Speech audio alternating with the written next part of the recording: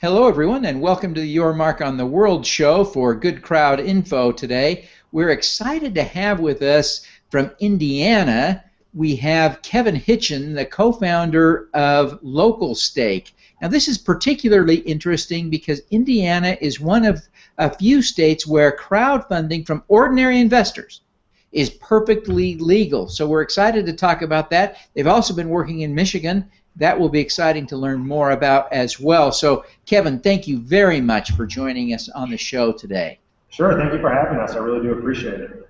Well, it is exciting to talk about crowdfunding in Indiana, and I'm excited about what you're doing for small business. So much of the economy is driven by small business that we often forget how really important it is to everyone. Small businesses individually don't add up to very much of our perception of the economy, but in fact collectively they comprise the bulk of the economy and job creation in the United States. So what you're doing is very important from a social, societal, community building standpoint. So glad to have you on the show. Tell us a little bit about Localstake. Sure, yeah, we're an investment crowdfunding platform. So a lot of people are familiar with the Kickstarters and the Indiegogo's of the world. We're kind of taking it, I guess, one step further, where instead of receiving solely a perk in return for your donation, we're kind of taking it to where you're actually investing into these companies. So you're becoming an investor in a local small business of your choice. And it's really, I think, pretty powerful since it's really one of the biggest industries out there that has not been changed in many years, as you said, right? The security laws that businesses have had to follow have really excluded, for the most part, being able to publicly market your fundraise, and for the most part, have only included accredited investor or high net worth investors who can really invest. And that's all changing now with either laws are changing in individual states or hopefully the Jobs Act as well. Now, let's talk a little bit about the new Indiana law. This is really an exciting implication for people living in Indiana, and there are quite a few people living in Indiana, at least from the perspective of someone who lives in Utah. So Exactly. tell us about the law.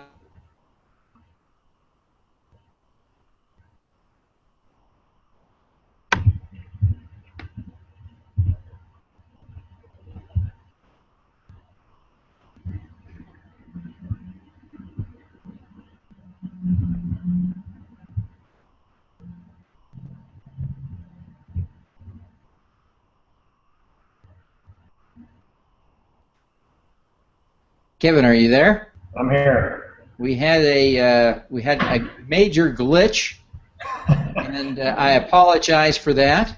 No problems. We are live, though. Despite the glitch, we are live again. I hope the audience will be patient with us and will suffer through this with us. But you are about to tell us about the Indiana law. Please do that. Sure, yes. So in 2012, I think it was, President Obama and Congress passed the Jobs Act, and part of that was to change drastically how companies, startups, small businesses could raise funding.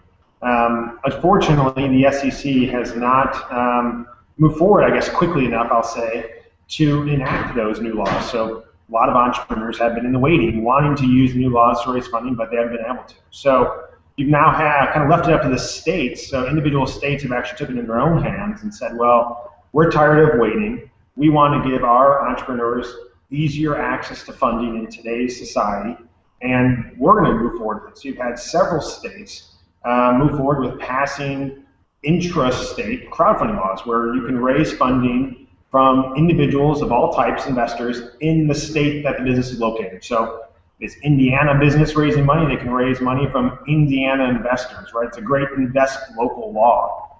And a couple states have done it. So Kansas has done it, Georgia were the first kind of two a couple years ago to kind of start with it. But recently you've had Michigan, Wisconsin, Indiana, and several other states now are working on passing legislation to kind of create this new environment where investment crowdfunding is legal, right? So Indiana most recently, July 1st, their laws went into effect, but it basically allows companies to raise up to $1 million without audited financials, or up to $2 million with audited financials. They can raise it from any type of investor. It can be an accredited high net worth investor. It can be a non-accredited investor. If they are non-accredited, they do have a max amount that they can invest. That's $5,000. But other than that, you can also do some limited marketing, right? So you have some opportunity to use social media and things like that to raise funding, which is really powerful in today's society. So if it is an existing company, assuming they only let Indiana residents invest, they can talk about their opportunity to raise funding in this new law. Tell us about the limits on advertising and promoting the offering. Sure, yeah, it's not as maybe free as you could in some of the other laws out there or the new proposed Jobs Act. There are some restrictions on who and how you can generally market your fundraise. But overall, you still can do some limited marketing, announcing your fundraise, pointing people to a platform if you're using one. So there's a company using Localstake, for example. Typically, they would announce their fundraise and point people to go to Localstake to learn more, right? Where then a platform like Localstake is used to facilitate the entire offering, just like how a Kickstarter might facilitate a project. We're facilitating that intrastate crowdfunding raise. Now, is there also a limitation on the nature of the business? Does the business have to be one that is not just based in Indiana, but is also one that derives the bulk of its revenue from Indiana customers? Correct, yeah. So, and this is not really driven as much by the state as much as the federal law. But yes, you are restricted on the types of companies who can use this new crowdfunding law. And it really is made to be, whether it's Michigan, Indiana, Georgia, or any of the other new states, it's made to be for companies who are truly organized, operating, doing business in that state. So one of the biggest rules of thumb is you have to typically have at least 80% of your revenues generated kind of from customers in that state. So restaurant probably is a great fit, right? Brewery can be a great fit. A e-commerce or a software as a service platform, depending on if they're a startup or established, yeah, it may be a good fit, but it may not be, depending on how established they are. So it really is made, I think, for place-based businesses, I think, ones who generate most of their revenues from a location. I think those are the businesses who can most, benefit the most from these new interstate laws. So, Kevin, it is a very valid place for you to play because you specialize in small businesses, right? And that isn't necessarily startups, but businesses that may be very mature and yet are inherently, by their nature, like restaurants and other place-based businesses, they're small.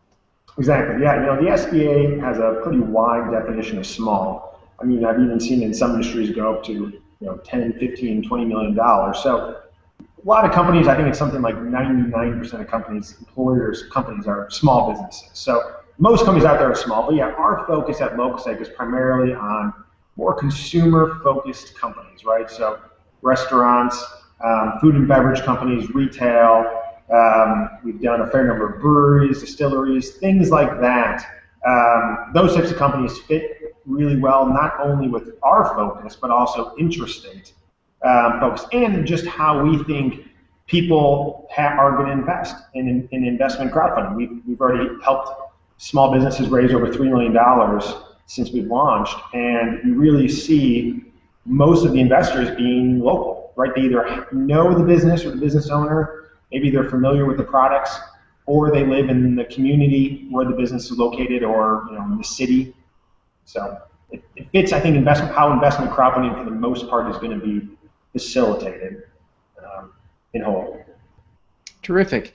So as you think about the constraints on your business in Indiana, it seems like you really don't face much of a constraint. Is the Michigan law similar for you?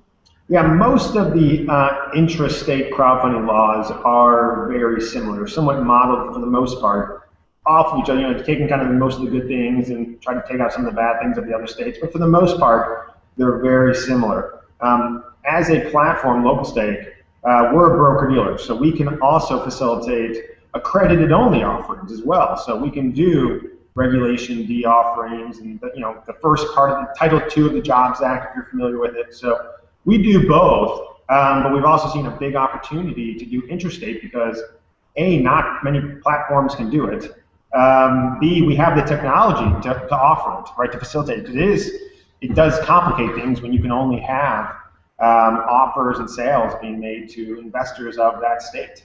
And we've spent a lot of time developing our technology to where it is a lot more complicated than maybe a traditional crowdfunding platform, right, where anyone can be a backer and it's all done through credit cards and things like that. Sure, sure.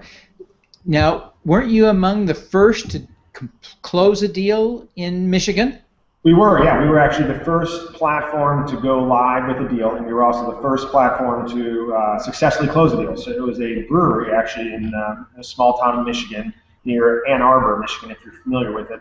Yep, they raised $175,000 from investors, and most of them came from the town that it's located in. People wanted to invest because they wanted to see that brewery in their neighborhood. They wanted to be a part of it. They wanted to buy their beer from it. They knew, I'd say about half of them knew the actual, the brewmaster and things like that. So, I mean, it's a great success story for local investment crowdfunding. I think it's a great model of how we expect to see it to occur, over time, whether it's through interstate crowdfunding or, the Jobs Act crowdfunding. Well, terrific. And how would you handicap things with respect to implementation of the Jobs Act? Are you expecting the SEC to issue final rules, or are you expecting Congress to issue a new law first? Which do you expect? Yeah, well, I do like some of the proposed changes that some congressmen have put out there. I do think they will eliminate or reduce some of the perceived kind of negative aspects of the crowdfunding law through the Jobs Act. With that said, it would probably likely cause more delays, right? So I think it's one of those where I go back and forth. I mean, I know the SEC put out some recent guidance that maybe they're looking at in the fall, right, October, November timeframe for some final law rules. At the same time, right, it'll be interesting to see how long it takes to finally get implemented. Just because you pass the rules, well, portals have to get registered and people have to start filing and following. So I think it's still going to take some time into 2015 before you really start to see some traction. And even with that, it's going to take time for businesses to even hear about it. You're well situated to take advantage of the Jobs Act if those final rules are issued, because you are a broker-dealer, so presumably you'll be one of the first to the starting line in terms of launching Jobs Act compliant offerings. No, you're exactly right. That's our hope, and we're already trying to further expand outside of the states we're already operating in to go to other states. For example, we're trying to we've been really focused on the Midwest to date, right? Michigan, Indiana, Wisconsin. We're trying to now move west, if you will, because we see a lot of other states that are attracted to us and want investment crowdfunding, right? I mean, anytime we talk to someone, there's very rarely pushback on it. If anything, there's a lot of interest in it and saying, when can I do this? So the business community is ready, and I really do think the investor community is ready. And there'll be a constant education to make sure everyone's doing it right and making good decisions. Yeah, well, it will be an interesting thing to watch develop. Before we adjourn, why don't you tell people how they can engage with Localstake? Who are you most interested in hearing from? How do they engage with you? How does it work? Where do they go on the interwebs? Give us kind of the lowdown here. Yeah, Devin. So localstake.com, LOCALSTAKE. So we're not selling local meat. It's local steak, as if you have a steak in something. And we primarily work with companies, like you said, small businesses. They can be startup, they can be established. Primarily looking for at least $100,000 in funding and kind of up to that $500,000 mark. That's kind of our sweet spot, if you will. So that's on the business side. Individual investors, we're open to all different types. You can be accredited, you can be non-accredited. A lot of our offerings have minimums as low as $250, $500. So we've really tried to make it easy and approachable for investors that they are not high net worth to be able to invest in small businesses that they love. So like I said, localstake.com. Fantastic. Well, again, Kevin, thank you very much for your time today. Appreciate the good work you're doing and wish you every success. Thanks, Devin. I really appreciate it. All righty. Let's do some good.